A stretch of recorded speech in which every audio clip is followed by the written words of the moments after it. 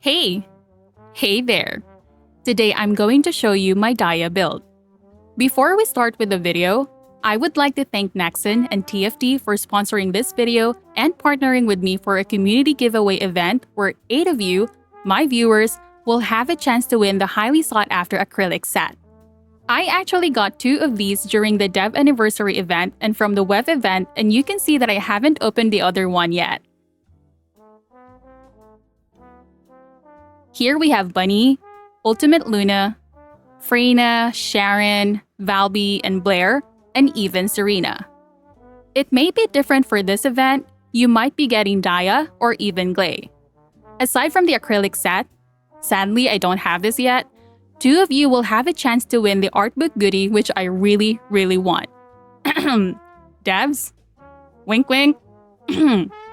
All you have to do to win is to click the provided link on the description and pinned comment where you'll be asked to follow very simple steps to qualify. You just have to watch the video, like, subscribe, and comment, which I know you probably are already doing right now, which I appreciate very much, guys. Thank you for the support. After that, just follow the steps carefully in the Google Forms document. Once again, thank you so much Nexon and TFT for sponsoring this video and partnering with me for the community event giveaway. I wish you good luck, guys. Dia is actually very simple to build because let's face it, critical descendants just use the same modules. However, when you integrate the ancestor module for your build, that's when optimizing maximum DPS while respecting quality of life gets a little bit difficult. Thankfully, I already figured it out a few days ago. Yes, you heard that right. I actually already posted this build a few days ago in the official Discord server, and there is absolutely no change in the build despite the 5% increase in crit rate and an additional 100 base HP. Dia's passive ability gives her a bonus base skill power ratio depending on her custom resource, Delight, for a maximum of 35% at full gauge. She also receives a flat bonus to her skill critical hit rate based on your HP whenever you equip a melee weapon for a maximum of 45% for 34,615 HP. So Dia has to be using a melee weapon to fully utilize her passive ability while having high HP. Her first ability has 3 stacks with relatively short cooldown. This ability lets you dash forward to deal an initial AoE damage. Holding this ability down will convert the ability into Glacial Breakthrough, which continuously damage enemies hit in an area of effect. Enemies hit will be inflicted with Snowflake, which gives you bonus skill power damage when you hit the enemy with a melee weapon. Not abilities, but melee weapons. And what's best is that this also triggers when the melee weapon triggers a multi-hit, which is why Shadow is going to be Dia's best friend. This ability is also Dia's main source of her custom resource. She recovers Delight extremely fast if you hold down the ability, and you do it quite often where you'll always have full custom resource by the time your other abilities are off cooldown. Dia's second ability when used deals an AoE damage while increasing your defense, skill critical damage, and health recovery. The buff also improves your first ability's dash speed and increases its duration. Her third ability fires a slow-moving projectile that tows enemies caught within its radius. The sphere will always drop to the ground, and the only time this ability deals damage is when you use your first ability and hit the sphere for a maximum of 2 explosions. When you successfully hit the sphere with your first ability twice, she breaks the sphere and you'll know because she does a backflip, and she recovers 300 custom resource. The fourth ability is her highest damage dealing ability for a total of roughly 17,000 skill power damage per second. This has almost unlimited range and will only disappear for a set duration and when the maximum hit has been dealt. This ability also consumes 500 of your custom resource but with a 120-second cooldown. You'll be able to recover it just in time for the next skill activation. My problem with this is that the projectile only travels at a straight line and you can't launch it upward, downward, sideways.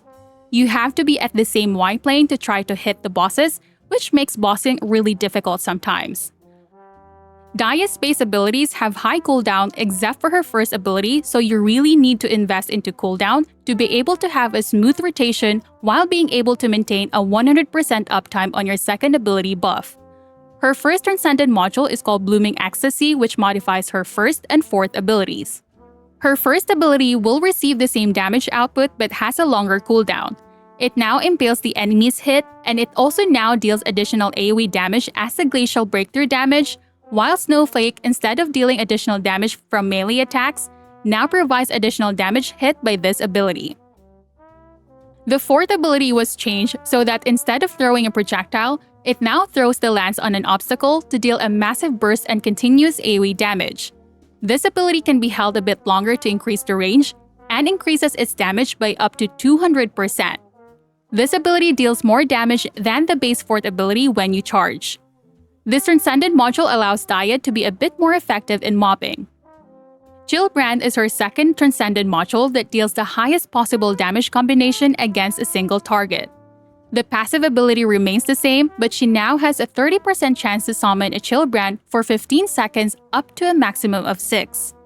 Each one of the 6 Chillbrand deals additional skill power damage each time you inflict skill damage from your ability. This includes the additional melee attack from the first ability Snowflake. Her second ability is also modified, and instead of providing you with the buffs, it now consumes all your Chillbrand stacks to automatically attack an enemy inflicted with wedge tracking. Again, each Chillbrand has its own damage instance, so this alone is effectively dealing 5,421.6% skill power damage per second. Her third ability is modified, so instead of throwing a towing sphere, she dashes forward to deal a massive burst damage, especially when you charge it. A fully charged third ability will deal a total of 6,326 skill power 6 times. Each damage instances from this ability has a chance to spawn Chillbrand, and it will also trigger the bonus damage from your passive ability. You can do a lot of things with this module, and it is extremely good for bossing. In this showcase you're seeing right now, she deals significant damage against Wall Crasher, and I didn't even have any Ancestor module on yet, which increases damage output by roughly 94% including the cooldown calculation. The rotation is to stack your passive Chillbrand by using abilities, and the fastest is by using your fourth ability or using your melee weapon after inflicting Snowflake from your first ability. Inflict wedge tracking from your third ability, cast your second ability. The good thing about this is that even when you consume your Chillbrand, you're still able to recover it by dealing more skill damage, so you can simultaneously benefit from both the additional skill damage from second ability and from your passive ability. This is also the only build that a duration module could benefit you because it increases the duration of wedge tracking and improves your skill rotations a bit better. You can even apply Snowflake from your first ability and utilize the additional damage and Chillbrand summon chance. This might be a misconception here. The damage from your shadow doesn't actually matter for your skill damage. They are separate. For the build, again, I already built Daya a few days ago, and if you were one of the few who saw it, then there's really not that much to change. Slayer set and Polar Knight set can get your crit rate up to 100%, however, because of Daya's passive ability, Slayer set's value decreases due to diminishing returns. Polar Knight allows you to use 2 HP modules, which I guarantee you will be a lot smoother when dealing with contents. We're using Steel Vanguard here because it is just overall better damage-wise, and in terms of mobbing, because this ticks for every second. Steel Vanguard also helps with your Polar Knight stacks a bit better. However, if you're able to stack your Icebreaker to 10, you will deal more damage towards elites, bosses, and commanders. The problem is that you only get a stack if you hit a frostbitten enemy every 2 seconds. To clear out any misconceptions here, the bonus skill attack to elites, bosses, and colossus doesn't affect Daya's abilities. This only affects the Icebreaker damage, same as Ground Eruption.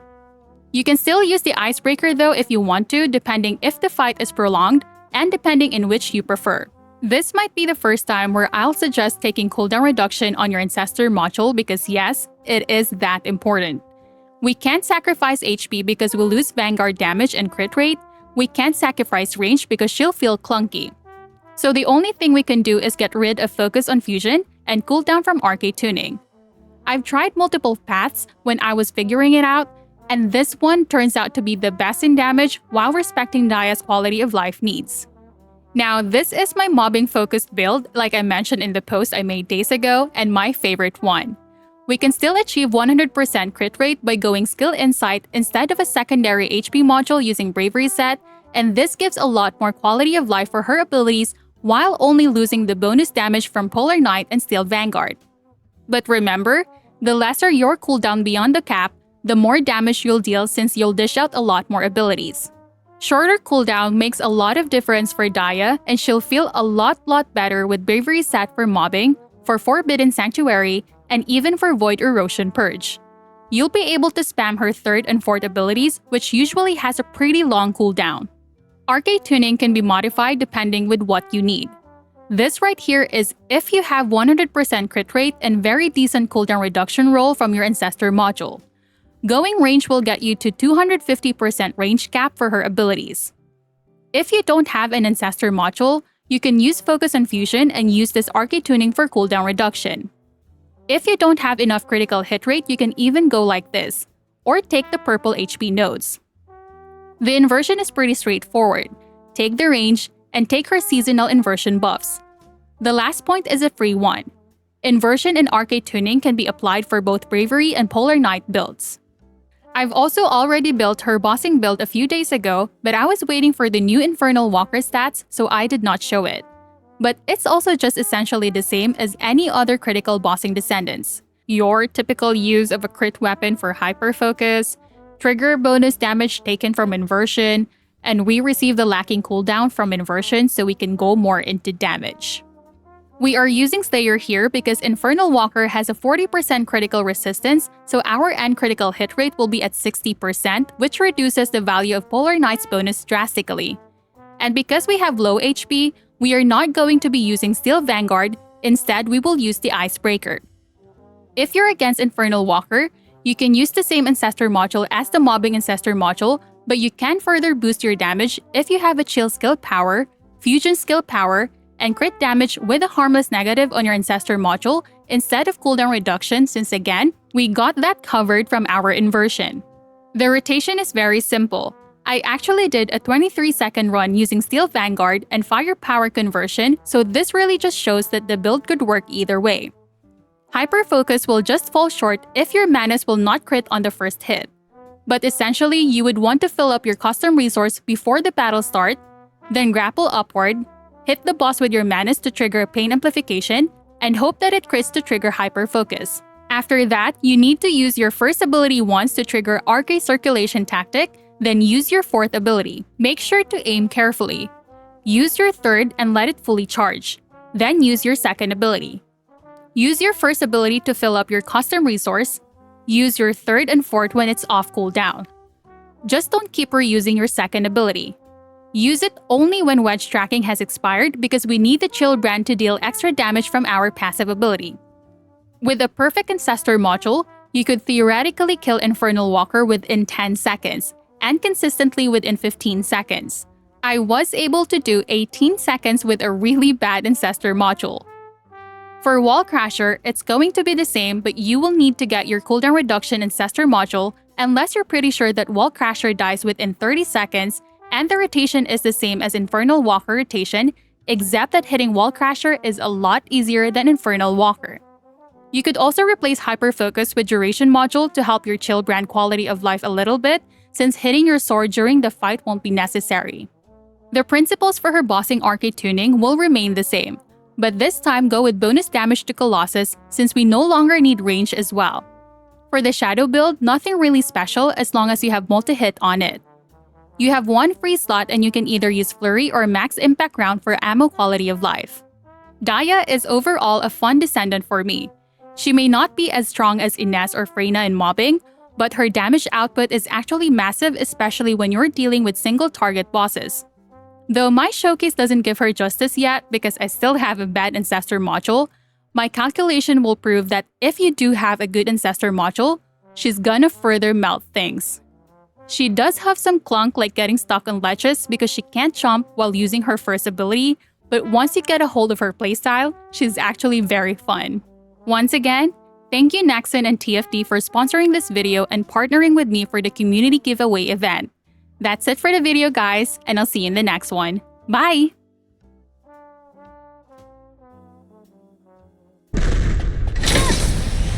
Target acquired.